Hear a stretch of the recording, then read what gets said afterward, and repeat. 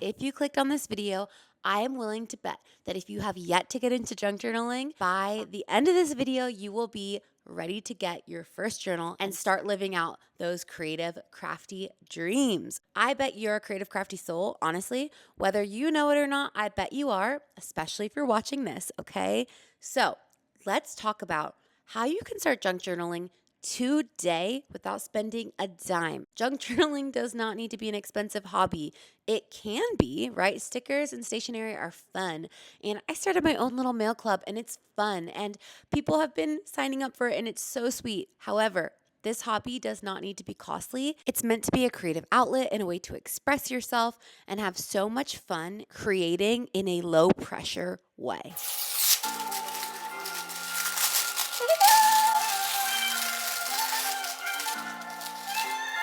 All right, we're back. Let's start off with this glue. I love this stuff, but really all you need to start junk journaling is a journal, some glue, and maybe some scissors. But as you'll see here, I hardly use scissors. I mean, I use them a little bit here and there. So scissors, glue, and a journal. As far as journals go cheap in the beginning, okay? Five Below, dollar store, maybe Amazon, but don't get the bougie expensive journals when you're first starting out. Even this journal here, this is my third junk journal in less than a year. This one is a cheap one. So my first one was cheap. My second one was quite expensive and I loved her. I love that journal so much. But then I went back to a cheap journal and I think that whatever works works. Like truly whatever works, works. But I advise you to start off cheap just to make sure you like junk journaling in the first place. All right, tissue paper, that checkerboard situation, that's tissue paper from a gift, okay? I know not all tissue paper is aesthetic and cute, but if you get cute tissue paper, keep it, save it. It's beautiful in a junk journal.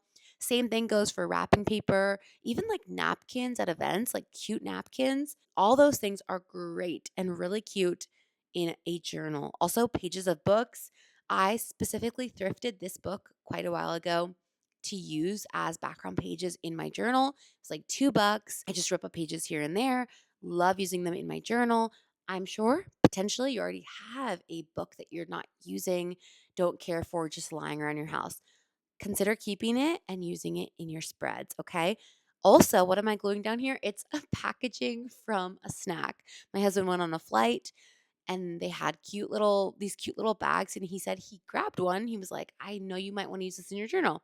So got to eat the snack and got to use it in my journal. It's a perfect way to keep the memory of a trip. Now, granted, I did not go on this trip, but I thought it was great that my husband knows me enough to know I'm obsessed with junk journaling. And yes, I do want your trash. You know what I mean? Especially if it's cute trash. Also, what I'm using here is the packaging from a bouquet of flowers that I bought. Okay. That is another great thing to save. If the flowers that you get at the grocery store or wherever have a cute little wrapping, instead of just tossing it, recycle it, wash it out, dry it a little bit, and use that in your journal. They look so good, right? Like, I'm obsessed. I'm obsessed. Okay, first thing I've spent money on, this is washi tape. Yes, not everyone has this, but I will say that this specific pattern, it's one of my favorite washi tapes, one of the strongest I have.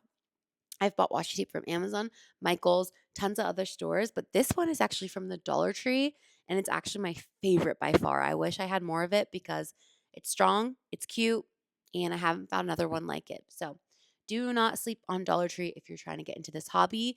Also, I'm using this Trader Joe's tag from the mini tote bags. A friend of mine gifted one to me. It was so sweet of her because I could not get my hands on them. And she thought of me and got this for me as a gift, which was seriously so sweet. So, using that tag in here as well. Okay, also, one of my favorite little things, this cloud paper I'm using at the bottom here. This cloud paper is from my Bagu order slip. If you know me in real life, I am obsessed with clouds. I love the clouds. It makes me think of heaven and it makes me think of God and it's just beautiful. It does something to me. It does something to my heart and soul and mind. Anyway, so when I saw that this paper came on the back of the Bagu order form, I was like, I am saving this for forever. But I've ripped it up and just use it in different random places throughout my journal. I do have a little folder, as you're seeing here, of different things I've collected and saved. But one of my favorite things to keep, all my Polaroids, right? So before junk journaling, all these Polaroids and pictures would just sit in a memory box and would rarely be revisited. I do keep some on my fridge, but not a ton. Now they have a place, they have a home in my journal. Also, buttons. Buttons is a fun thing to add into your journal. And I will say, shameless little plug, that guest check that you see there, that is from my mail club, Brighter Days Mail Club. If you're wanting to get into junk journaling and you do want to spend a little bit of money and potentially support a small business girly like me, then you can check out my Instagram page. It has all the details for my mail club. But again, this video specifically is all about how you don't have to spend a dime and you can get into junk journaling today. Listen, it is the best hobby. It is so fun. It is so freeing. It's so creatively inspiring. Just trust me on this one, okay? It is so good. And I just can't wait to see what you create. Okay?